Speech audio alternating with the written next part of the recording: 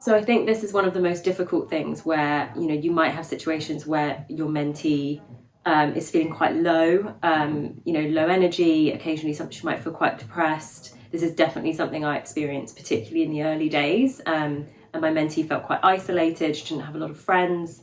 She was struggling at school. And I think she was finding life in England a lot harder than she thought it was going to be. And I think what I found really challenging about that is there were just so many compounding issues. There was a housing situation. She didn't have running water. She didn't have good internet. She didn't, have a strong network of friends. She was having trouble with her social work. There were just so many issues.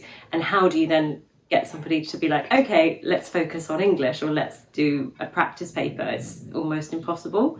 So I think the way that I navigated that, and it did take me a long time to realise how to navigate it, because initially, and I think it would be natural, your first instinct is to just try and help, but you can't always help. So the way I navigate it was to try and spend the first sort of 20 or so minutes of the session just listening.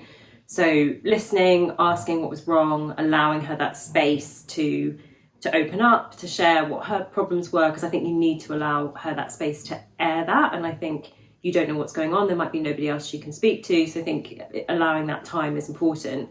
But I think then also you need to sort of acknowledge what she's feeling and, the fact that this is a really difficult situation. Identify if there are any sort of quick areas that you can help with. If it's a case of saying, okay, I don't know where to go online for something and you can support with something like that, I would usually be able to do that myself.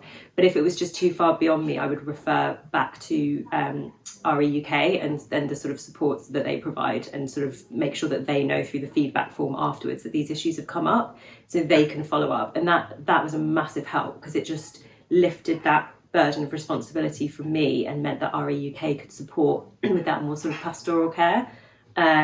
So yeah, that was one thing I did. And then once I'd sort of said, okay, I'm going to pass this on and I'm going to make sure this is dealt with by REUK, it allowed me that space to then move forward with the rest of the session. So with the homework or with the English. So yeah, I think that was the way I structured it, but it is challenging. And there are times that your sessions won't go to plan. There were times where our whole session was just her talking about her problems and I don't want to cut her off. So you do just have to accept that there will be some sessions that are more difficult than others, and to try and look after yourself afterwards and do something for yourself, go for a walk, see a friend, take your mind off it.